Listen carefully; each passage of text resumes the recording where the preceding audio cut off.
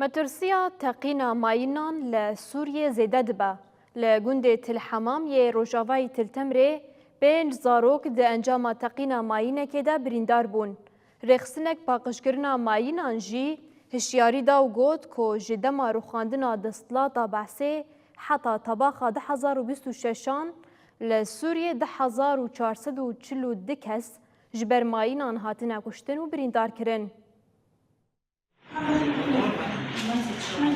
لدردورا گوندê Tilhemamê yê Rojavayê bajarê Tiltemirê mayîn bi zarokan teqiya. 5 zarok dema li ber pezbûn, mayîn bi wan veteqiyan û birîndar bûn. Birîndar rakirîn nexweşxaneya Xabûr ya Tiltemirê û destwerdana lezgîn dîtin.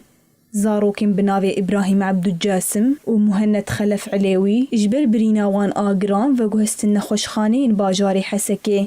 Zarokên bi navê Abdurrahman Mehmûd ji lingê xwe yê rastî û Sama Hesen Seqir ji çoga xwe ya rastî û zigê xwe ve, her wiha Leîs Esed Şihaze jî ji lingê xwe yê rastî birîndar bûne.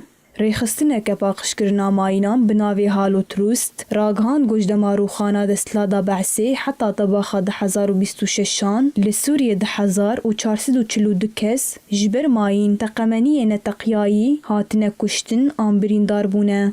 Li gorî rêxistinê li gund û bajarok û zeviyên çandiniyê hîn jî teqemeniyên metirsyardar hene. Ev rewş bi taybetî metirsyardar e. Ji ber ku hejmareke mezin a welatiyên Sûriyê piştî nemana destlada Esedê vedigerin malê xwe.